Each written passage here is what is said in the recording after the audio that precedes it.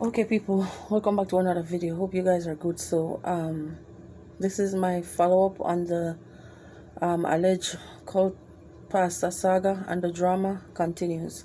So I'm gonna play a little short video from Ninja Man so you guys listen, and then I'm gonna play another clip with the so-called alleged cult pastor in concert in his church. So you guys listen. For the rest of the video you might not see my face, but I'm just going to tell you the latest development that's been taking place. Okay, so let's jump right into this. Boom. Were you really a Christian? I wasn't a Christian. I was a man of God. What's the difference? Because Christians have a tendency to be hypocrite in the sight of God. And what are you now? When you work in the sight of God, you must not go to a man yard. You must not cheat on your fellow brothers in the church. You must not rob the collection. And a church that is dealing with God is supposed to make sure that what he's doing, when he preach and collect the collection, you have mad people on the road, you have sick people who need help, you have school who need help, and the pastor them a thief the collection at Carrot Garden Yard. I want the collection do something beneficiary to the country and to the poorer class people. And until that time, I am not a Christian, I am a man of God. I am far from church but closer to God. You understand? I'm not going to stay near church and far from God, because some of them in our church are really right. Wait.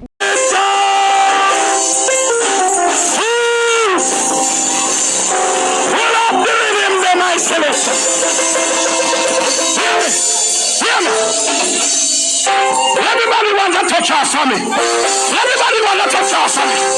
Everybody want to see us. They want to touch us on me. They want to touch us.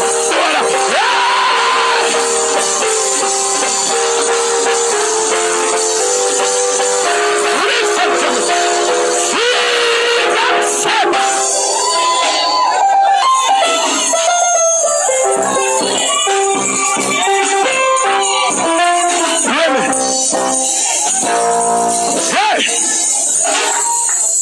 We're stepping up this year. Them are the people. We're putting riches this year. That's the evil one.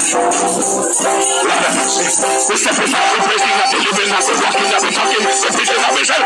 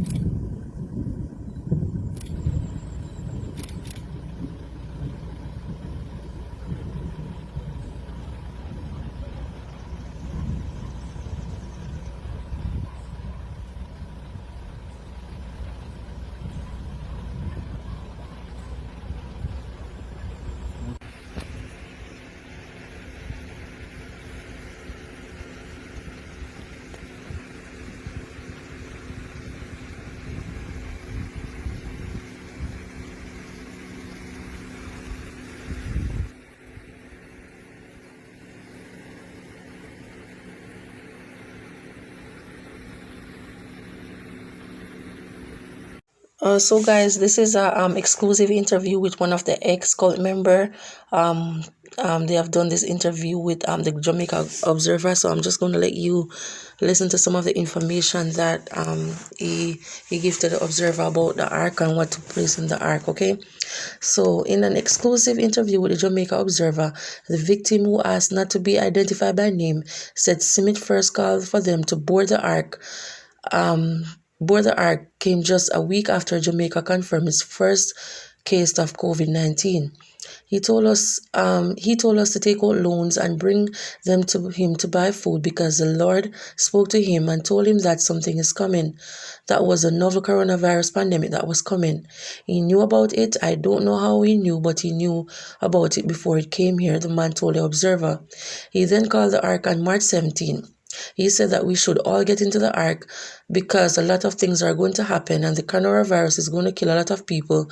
We believe him, the young man added. He explained that the ark was the name Smith gave to the physical building of the organization, now being labeled a cult church. It was stocked with supplies paid for with the loans taken out by the congregants. So he's saying that in order to get into the Kevin Smith ark, you have to pay $100,000 to get into the ark. He said, unfortunately, he did not pay $100,000 because he was going through some financial difficulties. Therefore, he was then asked to pay $20,000. But he then said, however, a lady had to pay $300,000 for her two daughters, and a granddaughter, and a lot of people did pay the $100,000 to stay there, said the man. He said it was a grueling 4 weeks at the premises in Albion and St. James. While we were there, we were treated badly by people he had as missionaries and ministers. We were getting 2 dumplings with mackerel gravy for dinner. He had us sleeping on the ground and they were cooking like 3 tins of mackerel for about 70 people, he said. He would make them give us a tonka meal to eat. Some days we got porridge to eat in the morning and soup to drink in the night. And you know those are appetizers, so we did a dead for hungry. In addition to the steep entry fees to get into the ark, they were also forced to pay utility bills, the young man said. He said that we have to pay for the internet because we have to call the family abroad and we have to pay for light and water. I think it was some ridiculous figure, he said. The water bill came up to some $200,000 and the light bill came up to this and that. So every family member had to pay additional money, the victim shared. He said that after a month at the premises and no sign of conditions improving, a former member was made aware of the events and raised an alarm on social media. This forced the leader to allow them to exit the ark, he said. It came to a point where a lady overseas who used to come to the church started to talk about it. So she was pretty upset that he was sitting in his office in AC every day and he was eating good and his members were eating food while his members were eating scraps like they were dogs, he said. Commotion was over there on a daily basis because people were not used to getting this little bit of food. He even changed the menu and we got broth in the evenings, but that didn't really have much substance to help you go through the day, so we were always hungry, the man added. With empty stomachs growling, congregants were also forced to sleep on coal slab as the building was still under construction. When the lady started to talk about the event, that was when he told us that we were going to go home and he's going to tile out the place because the ground wasn't suitable for us, and then we would come back, the young man said. He later called all others behind our backs and stated that no ark will be kept. Time passed and we'll start going back to the church, he told the Observer. They were never called back until about 2 weeks ago, he stated. So what this young man is basically saying, or whoever he is, he's saying that in order to get into the so-called Kevin Smith ark, you have to pay $100,000. So $100,000 times 70. Somebody tell me how much money down in the comment section that would be. So guys, as you can see, these people were clearly brainwashed by this so-called pastor. You understand what I'm saying? I don't understand how comes in a pandemic like now where we're actually in the middle of a crisis, right? Where things are very hard. People losing their jobs. People can't even find food to eat. And I don't understand where these people get this $100,000 from to go and give this man saying that he's going to protect them from the virus and even though they had to empty their bank accounts to buy food, to give him money to buy food to put in the place, they were still being fed like dogs. And I have to take that back, because some dogs were eating better than them. You understand what I'm saying? But you know what? At the end of this, I honestly don't feel sorry for some of these people. Reason being, because I think that you guys know what you were actually getting yourself into. I felt bad for the kids who get caught up in this, because they could not immediately make any decision of their own. They were just caught up into something that they have no idea what it was or what was coming. You understand what I mean? And listen, there was also one of the lady who lost her life there on Sunday. It was stated that she was in the process of removing. She have a life insurance policy, and she was in the process of removing her mom and her son as the beneficiaries on the life insurance policy, because the man brainwashed her and convinced her so much that she need to change it and put his name on the policy. It was said that it didn't went through, or it was in the process of going through, but it was not yet done. So I don't know about that part of it. And it was also stated that she went and took out a loan for $400,000 for this so-called pastor, so that this when he get these loans, this would help with his lavish lifestyles, the limousines and the gowns and all those flashy things that he wore. This is what this money will go to. You understand what I'm saying? And there was another lady who also stated that her son was going there because her son was promised a kidney. So guys, listen, this is a whole lot of confusion. I just can't see through this. I just can't.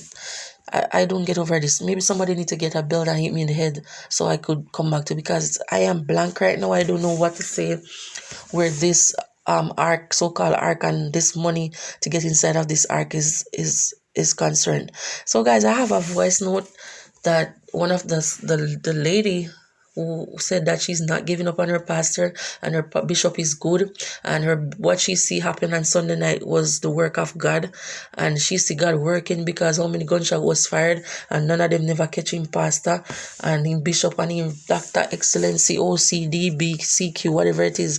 So guys, please listen to this voice note and let me know what you guys think. Okay. Good morning, Miss Reed. Good morning. Me alright. Me nothing wrong with me. Me alright. But now listen to everything you hear and believe, because sometimes people run with the wrong story and people say the wrong things and people accuse people wrongfully. But what I'm saying is that we have no answer for what take place. I was there part of what in the last part in the evening what happened. But all I know is I see mystery and I see God in action, what I witness.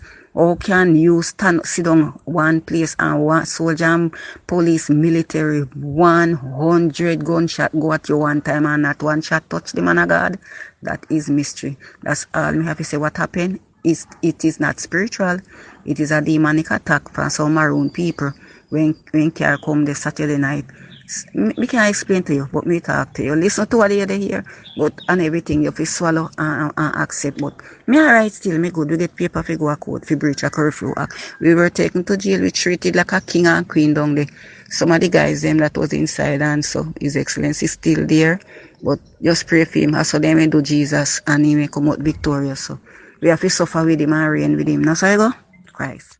Miss Reed, me are your friend, but you can't tell me what to do with my life and how to live my life. And I said so Jesus, when you had 12 disciples, then betray him and then turn them back on him. You can't tell me to turn my back on my bishop, because him same one when deliver you from your bleeding, where you when you come out there with the bleed like a cow and you they go to church too much here and he never deliver. And him deliver you, so you can't say that. So you can't tell me what to do with my life and who me fi believe in, because you don't know what take place. Sorry.